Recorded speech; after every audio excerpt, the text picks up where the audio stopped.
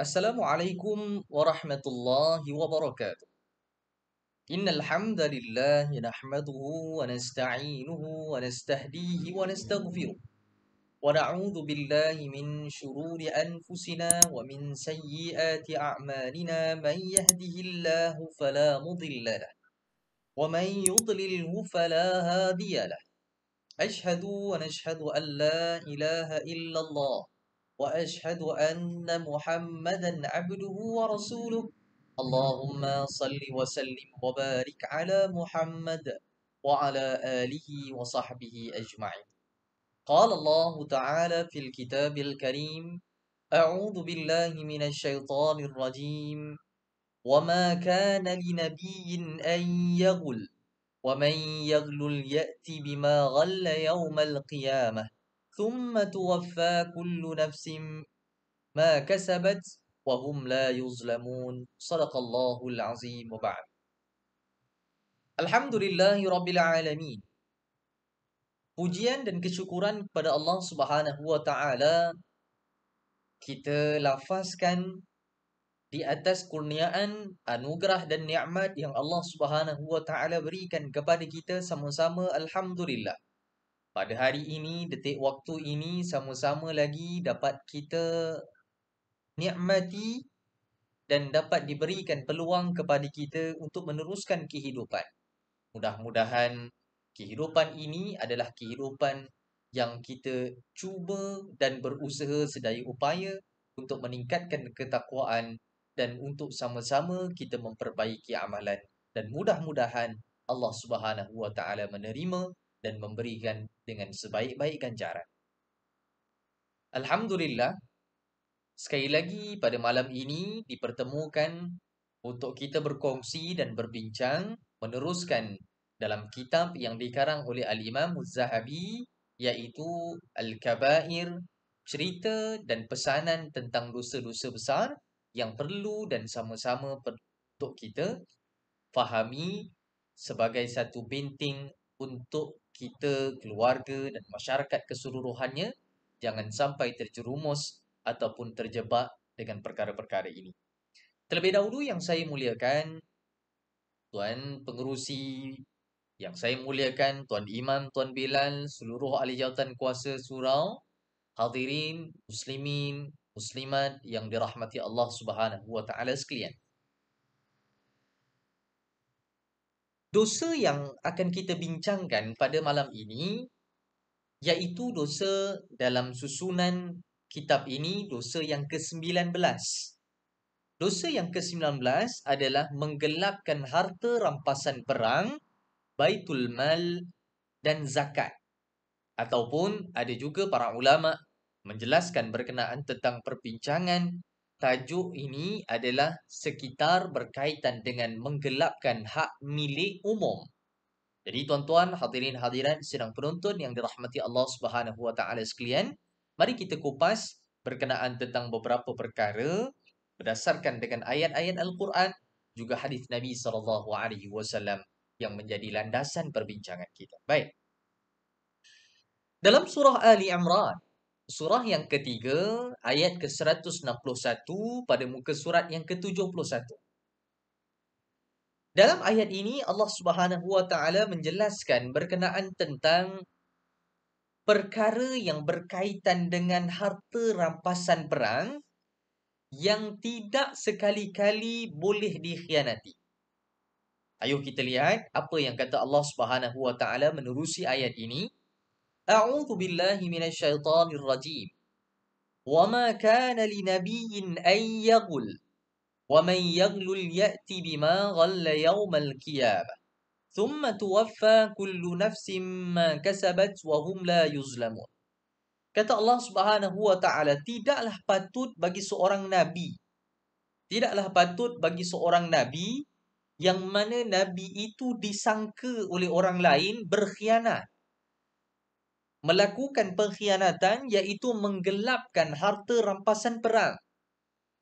Tuan-tuan yang dirahmati Allah Subhanahu wa taala sekalian, hal ini terjadi kerana dalam beberapa perkara yang berkaitan dengan pembahagian harta rampasan perang, berlaku ada ketidakpuasan hati di antara mereka, yang mereka menyatakan berkenaan tentang Nabi ini adalah orang yang membahagikan dan mengagihkan harta rampasan perang itu dalam keadaan yang tidak adil, dalam keadaan yang ada berlaku kezaliman dan pengkhianatan.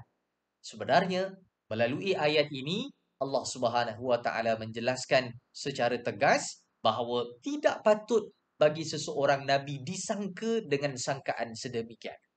Lalu tuan-tuan yang dirahmati Allah Subhanahu wa taala, disebutkan wa man yaghlul ya'ti bima ghalla yaumal qiyamah.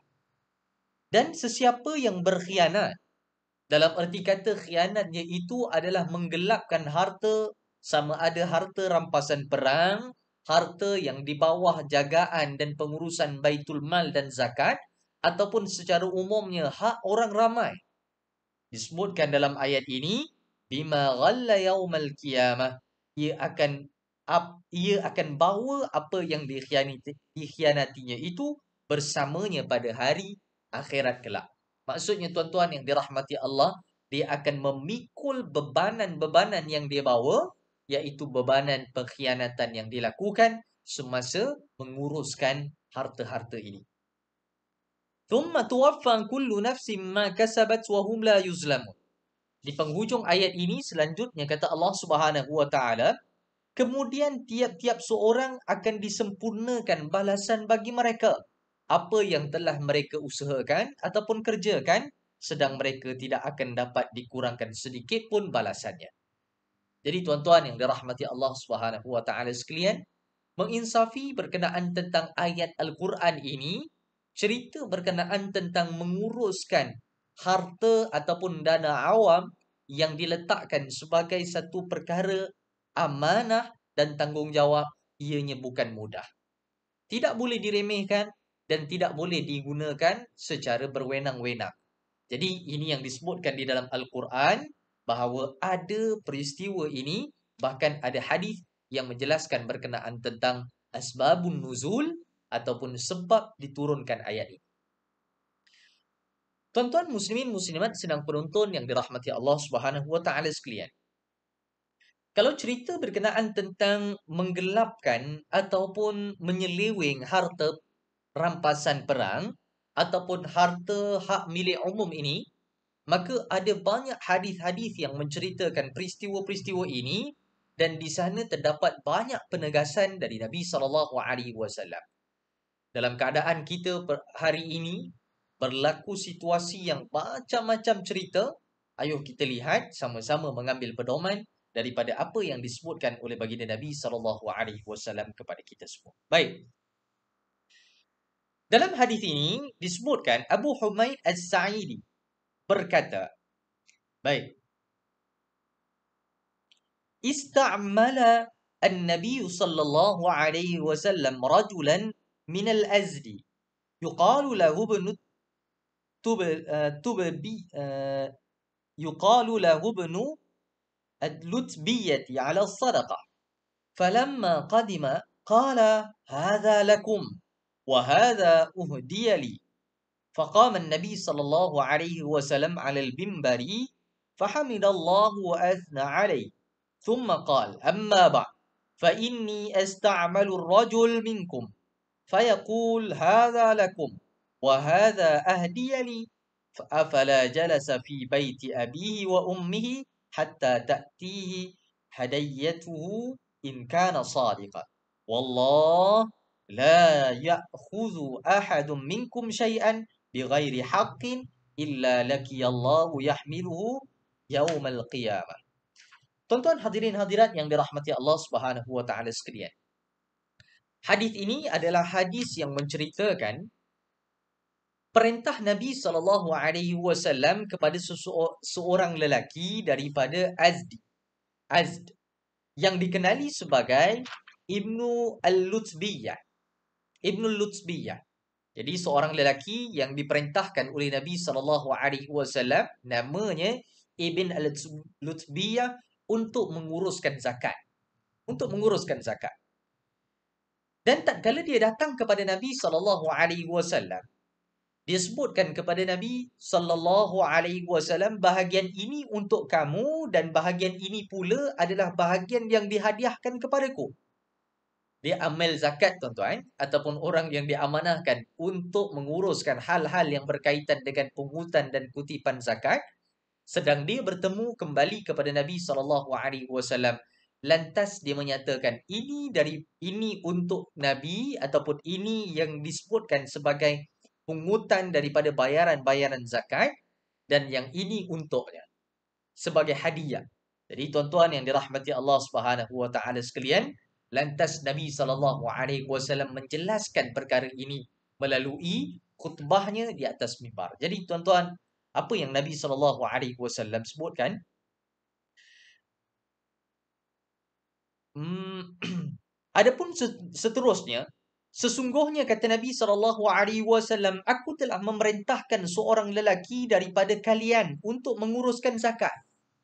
Nabi jelaskan, aku ada lantik ataupun appoint seseorang daripada kamu untuk kamu menguruskan zakat. Lalu tuan-tuan yang dirahmati Allah, namun begitu dia berkata, bahagian ini untuk kamu dan bahagian ini pula hadiah kepadaku. Jadi tuan-tuan yang dirahmati Allah Subhanahu wa taala sekalian, dekat sini ada percanggahan kepentingan ataupun conflict of interest. Lalu kata Nabi sallallahu alaihi wasallam, mengapa dia tidak duduk sahaja di rumah ibu bapanya sehingga hadiah tersebut datang kepadanya jika dia tidak memang seorang yang jujur. Jadi tuan-tuan yang dirahmati Allah, persoalannya dekat sini, apabila seseorang itu hanya duduk dekat rumah, tidak ada sebarang jawatan, tidak ada sebarang tugasan yang diberikan secara khusus kepadanya, adakah akan ada orang yang datang secara tiba-tiba lalu mengulurkan hadiah ataupun memberikan sedikit sebanyak sumbangan kepada dia? Pastinya tidak. Dia mesti ada kepentingan ataupun dia mesti ada perkara-perkara yang kita sebutkan sebagai konflik. Percanggahan dari sudut kepentingan itu sehingga perkara ini disebutkan dan ditegaskan oleh Nabi sallallahu alaihi wasallam, bahkan ia tidak dibenarkan. Jadi tuan-tuan yang dirahmati Allah Subhanahu wa taala sekalian, ianya berkait dengan kehidupan kita pada hari ini. Macam-macam. Hari ini ada di antara mereka yang cuba memurnikan ataupun dalam erti kata yang lain cuba untuk menghalalkan dengan istilah-istilah yang mereka sengaja gunakan berserta dengan justifikasi-justifikasi tertentu.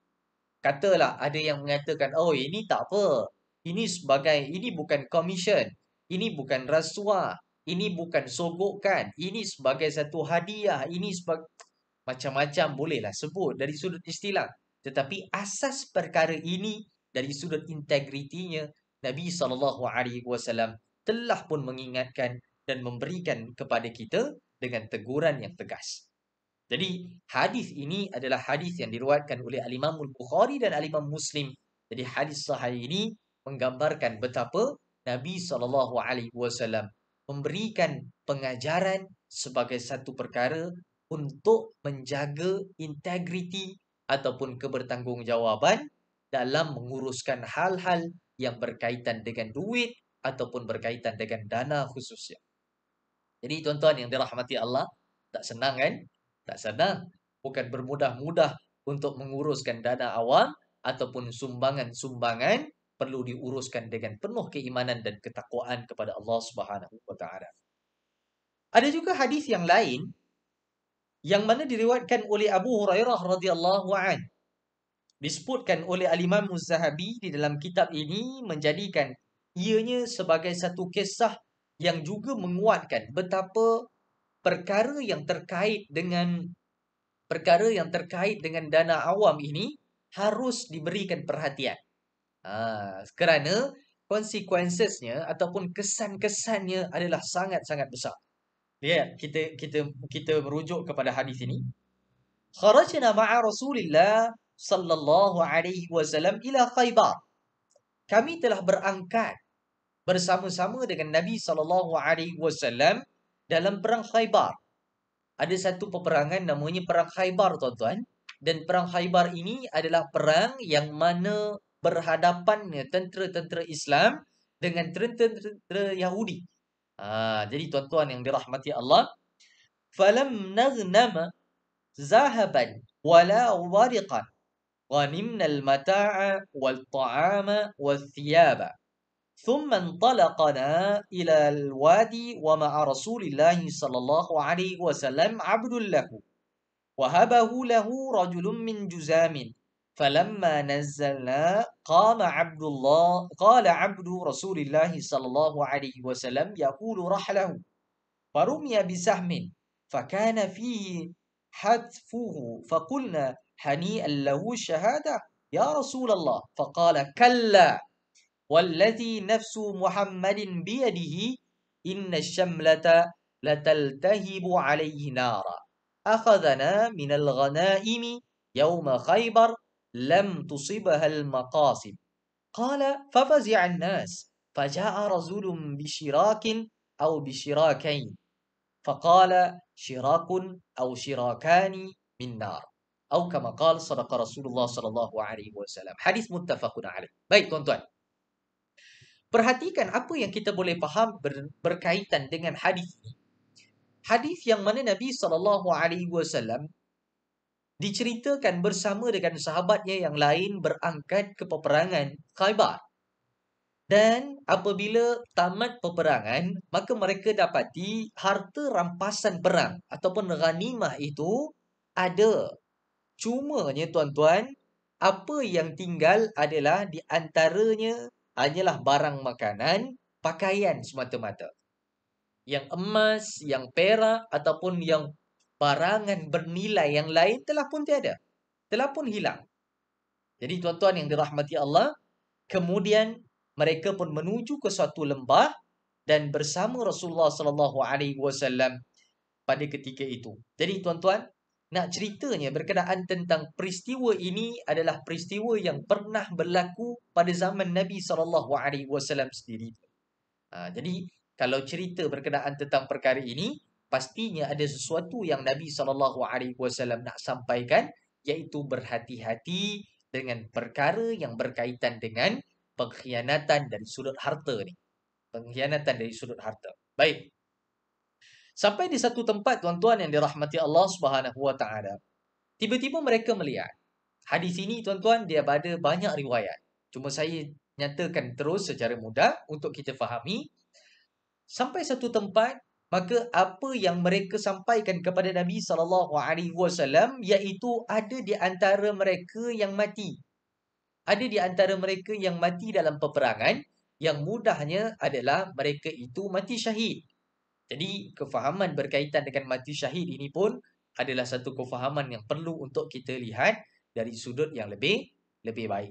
Jangan bermudah-mudah untuk kita ceritakan berkenaan tentang syahid itu dan sebagainya, kerana apabila penjelasan yang mengelirukan berkenaan tentang syahid ini akan menjadikan ramai di antara masyarakat kita pun tidak terpandu dengan pemahaman yang sebenar berkenaan tentang syahid. Ada yang menyatakan berkenaan tentang syahid syahid dunia, syahid akhirat, syahid dunia akhirat. Betul, tetapi perlu diperincikan secara jelas dan secara yang sahih. Baik. Berbalik kepada perkara ini tuan-tuan yang dirahmati Allah, alangkah indahnya dia mendapat mati syahid. Mereka menyatakan melihat kepada ada sahabat yang berperang yang mereka kenali syahid. Maka mereka pun kata, alah seronoknya lah dapat mati syahid. Jadi Rasulullah SAW kemudian menjelaskan, tidak. Kalla, kata Nabi SAW, tak sesekali yang ini mati syahid. Kerana apa? Disebutkan dalam hadis ini, demi Tuhan yang jiwaku berada dalam kekuasaannya, kain sarungnya dipenuhi api yang membakar yang dia peroleh daripada harta rampasan perang dalam peperangan Khaybar yang masih belum dibahagikan.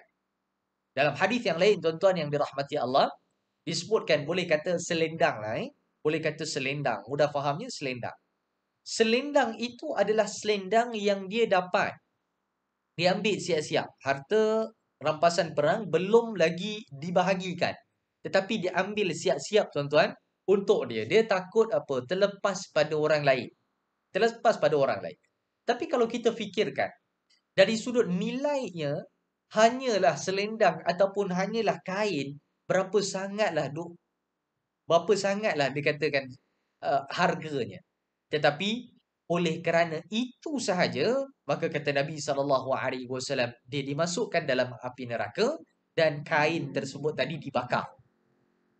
Kain tersebut tadi dibakar dalam api neraka. Menunjukkan tuan-tuan yang dirahmati Allah, apa yang Nabi SAW tekankan, pengurusan dan yang berkaitan dengan harta dan sumbangan awam ini adalah perkara yang perlu sangat-sangat untuk kita lihat secara detail.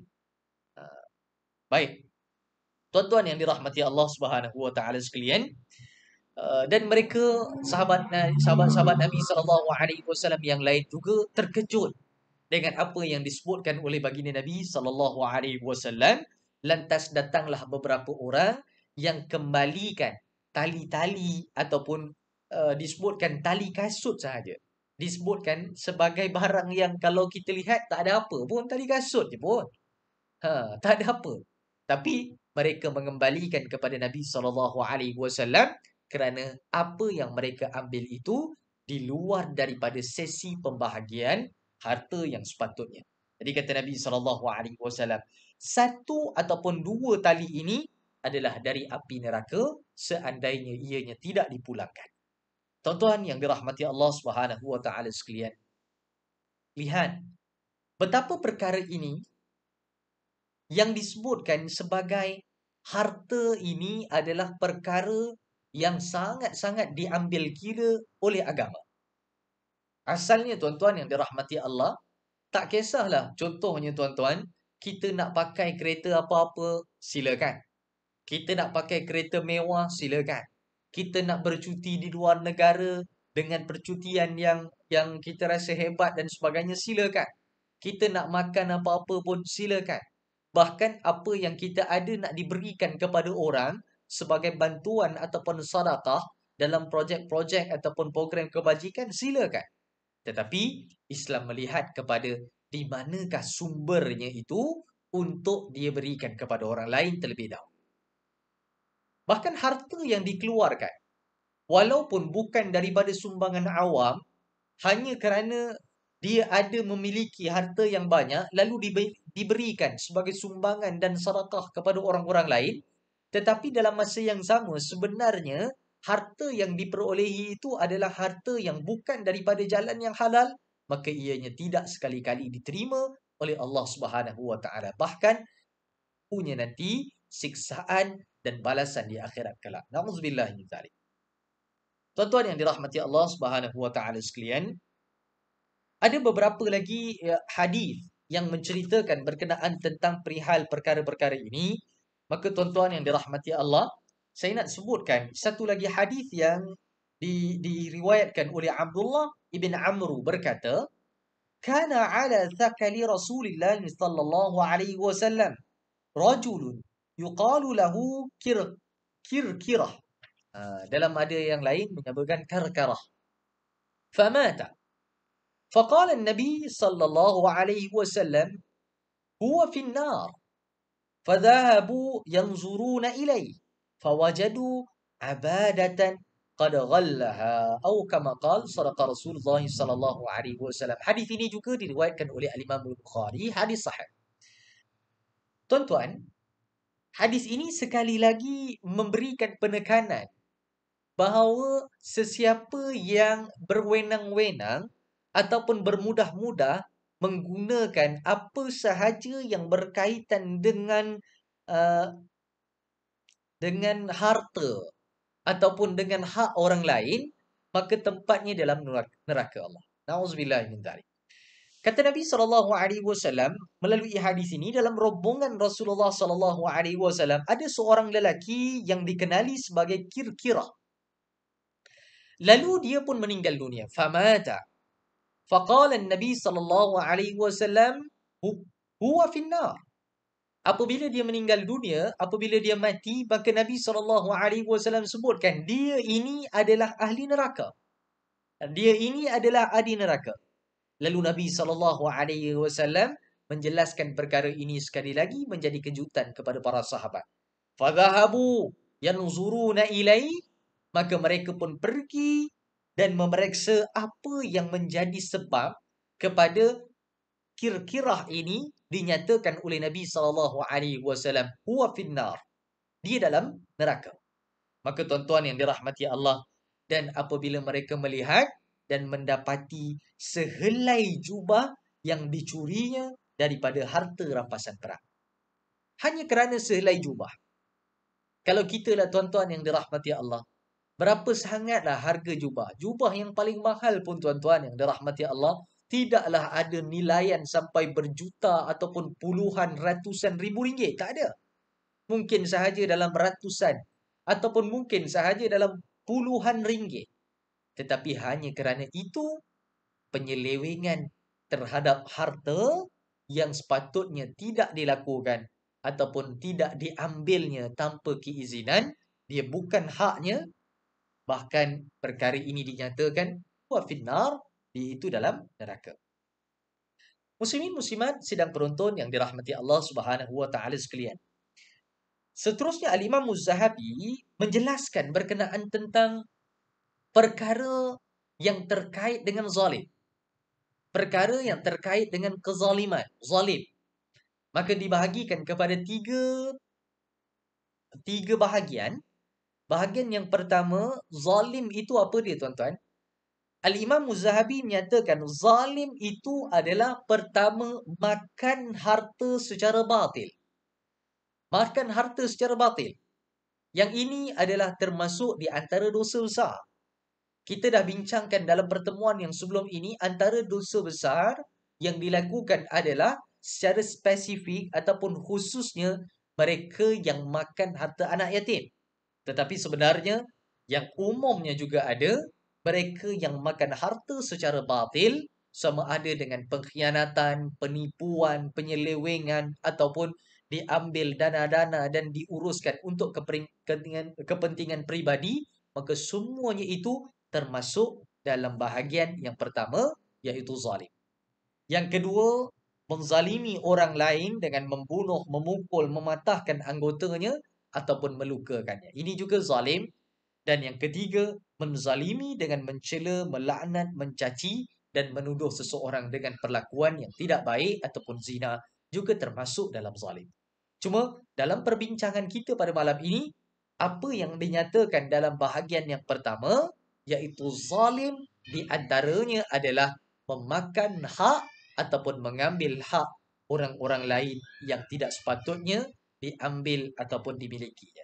Jadi tuan-tuan yang dirahmati Allah Subhanahu wa taala sekalian, begitu juga dengan ada satu hadis lain yang mana hadis ini diriwayatkan oleh Ibnu Umar daripada Al-Imam Muslim, juga hadis sahih. Apa kata Nabi SAW? La yaqbalullahu salatan bighairi tuhurin wala sadaqatan min ghululin, atau kama qala sadaqa Rasulullah SAW. La yaqbalullah salah La yaqbalullah salatan bighairi tuhurin. Allah tidak menerima salat tanpa bersuci. Jadi perkara ini kita dah sedia maklum. Apabila kita nak mendirikan salat, nak menunaikan tanggungjawab kita serta kewajipan kita, contohnya salat ataupun ibadah-ibadah yang lain, mesti dalam keadaan yang suci.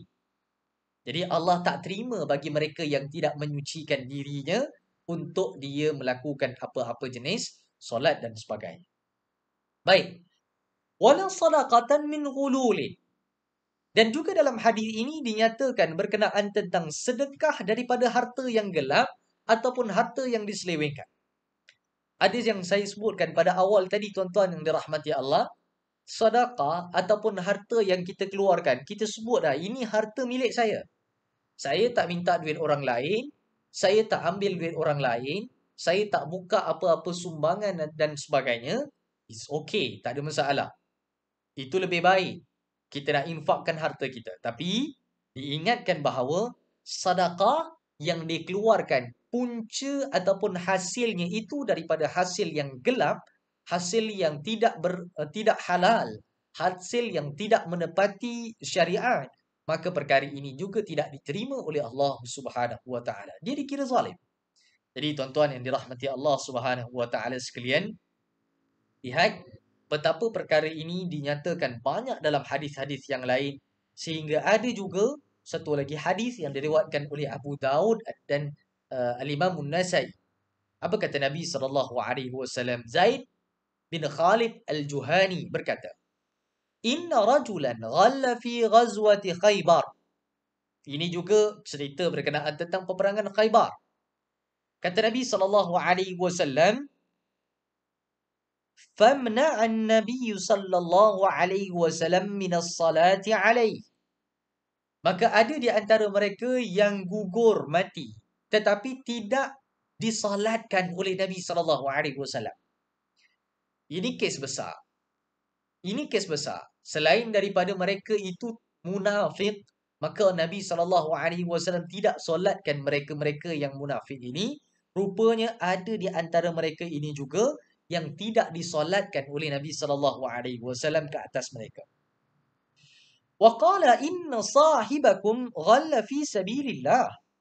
Sahabat kamu ini telah enggan solat jenazah ke atasnya.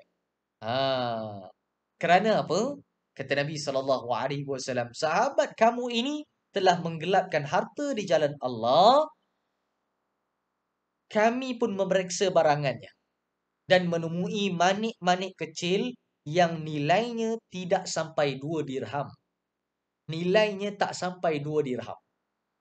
Jadi tuan-tuan yang dirahmati Allah, sekali lagi kita memberikan penumpuan kita, rupa-rupanya dia bukan berkenaan tentang berapa jumlah, tetapi dia berkaitan dengan apa penyelewengan yang dilakukan.